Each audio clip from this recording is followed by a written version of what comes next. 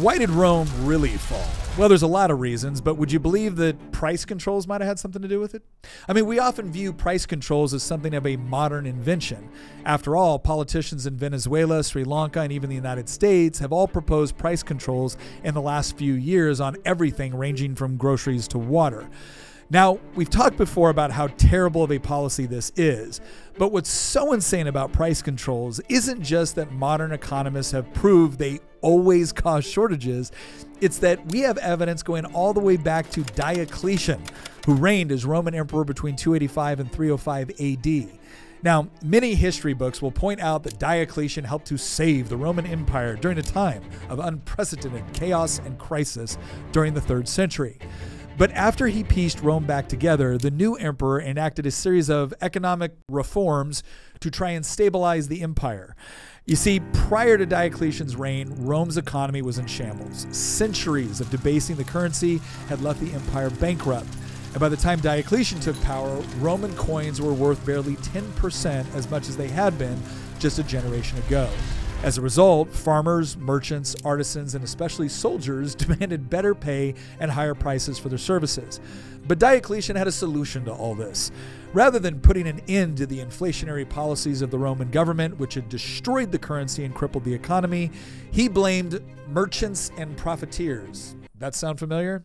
He accused them of driving up prices due to greed. In response, he issued the Edict on Maximum Prices in 301 AD, a list of maximum prices that could be charged for goods, services, and salaries. The edict covered practically everything you can imagine, with price caps even set for lions. Diocletian expected this to solve Rome's economic crisis. Instead, the exact opposite happened. And Roman historians at that time recounted how destructive Diocletian's price caps were. So bad so that according to one of them, by various taxes, Diocletian had made all things excessively expensive and attempted by a law to limit their prices. Then, much blood was shed for trifles. Men were afraid to offer anything for sale, and the scarcity became more excessive and grievous than ever. Until, in the end, the law, after having proved destructive to many people, was from mere necessity abolished. Diocletian even tried using the death penalty for violating the emperor's price controls, but goods just moved to the black market because merchants were unwilling to sell at a loss. The entire Roman economy, already in shambles after 50 years of inflation and civil war, almost totally collapsed before Diocletian was forced to repeal the law a few years later. So, what happened?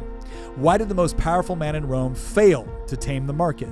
Well, some historians and economists point out that Diocletian's edict did not consider changing seasons, regional differences, or the cost of producing and shipping goods across the empire. But this is only half the picture. You see, the story of Diocletian's reign proves how even the most autocratic rulers cannot bend the market to their will. The only thing they can achieve is imposing shortages and poverty on the people they rule over. And yet, more than 1,700 years later, politicians believe, much like Diocletian, that they can get away with the same thing if they simply try hard enough.